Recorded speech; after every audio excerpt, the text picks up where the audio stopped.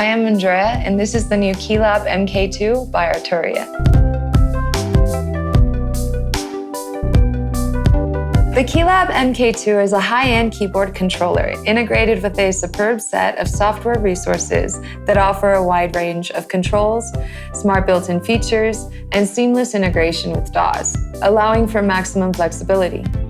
KeyLab MkII is made to adapt to the creative environment of all musicians and to be both an inspiring instrument and an effective tool.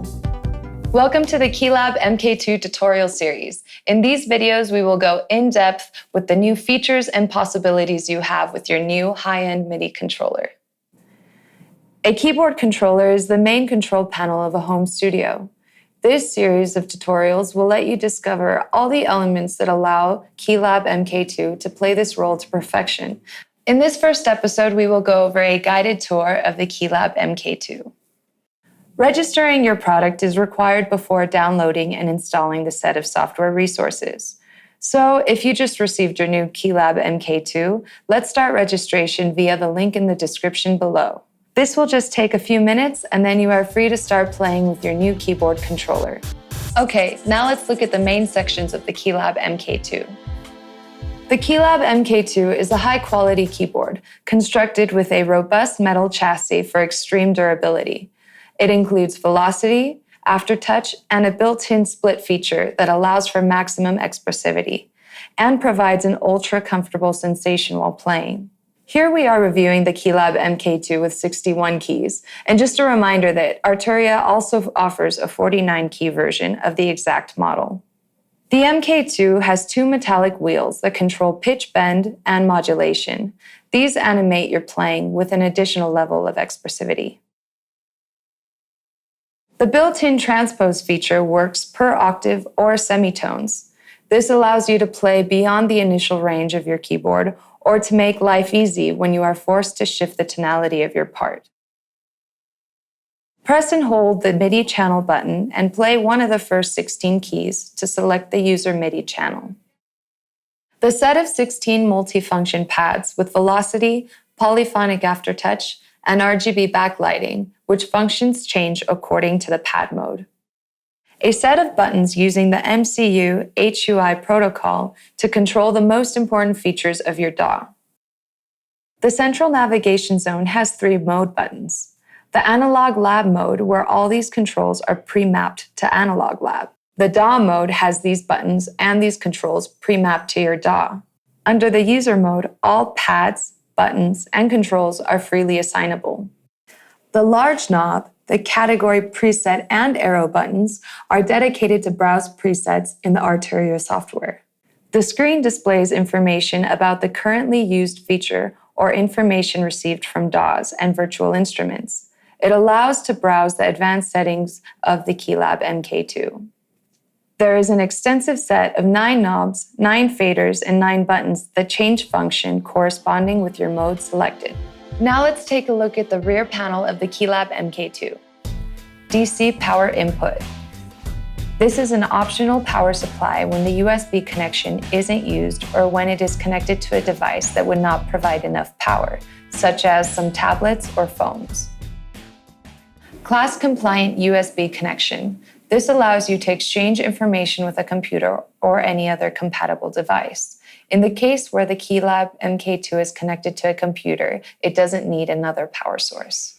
CV input allows to convert a CV signal into a MIDI signal to use it as a source of modulation for your virtual instruments or to record automations within a DAW. 5-pedal input.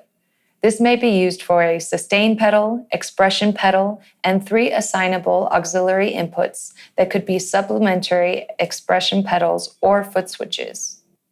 MIDI in and out. This is a traditional DIN port to connect with almost any synthesizer or expander. CV out. Send an analog signal from a MIDI note or CC that can be generated by the KeyLab MkII. Next, let's take a deeper look at the built-in features of the KeyLab MkII. Each of the controls of the KeyLab MkII, the keyboard, knobs, faders, and buttons can either be assigned to determine a MIDI channel from 1 to 16 or to the user MIDI channel. The advantage of the user MIDI channel is that it can be modified in a flash thanks to the MIDI channel button. Built-in keyboard split. This feature allows you to assign an instrument to a specific section of the keyboard. To engage the keyboard split mode and set the split point, make sure to be in user mode by pushing the user button. Hold the user mode for a few seconds to enter in edit mode. Turn the central main knob until the screen displays split mode. Click the main knob to select the parameter and turn it one notch to the right to switch it on. Click again to select. Turn the central main knob one notch to the right to access the split point parameter, and click the main knob to select the parameter and turn it one notch to the right to switch it on. Click again to select. Push the user button and click on the main knob to save the current configuration. You will find other parameters in this menu, such as the MIDI channel related to each part.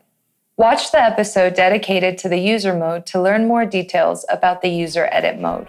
Basic chord mode. This mode allows you to save a chord and then transpose it while playing it on the keyboard. Saving a chord. Hold the chord button. Play up to 6 notes that will compose the chord. The lowest note is considered the root note of the chord. Release the chord button to stop adding notes to your chord. You are now in basic chord mode. Play the notes on the keyboard. Each of them will be considered as the root note on which the transposed chord will be based on. Push again the chord button to switch off the basic chord mode. The chord remains in the memory until the new chord is entered or until the KeyLab MkII is switched off. Chord memory mode. This feature allows you to save an absolute chord to each of the 16 pads and trigger them on the fly just by hitting the pad. To save a chord, hold the chord button and push a pad to select it as the memory slot in which the chord will be saved. While holding the chord button, play up to 6 notes that will compose the chord. Release the chord button to stop adding notes to your chord. Simply hit a pad to trigger this chord. To play your saved chord, make sure the chord memory button is lit. Chord transpose mode. This mode is very similar to basic chord mode, except it allows you to recall a chord from each of the pads and then transpose it with the keys.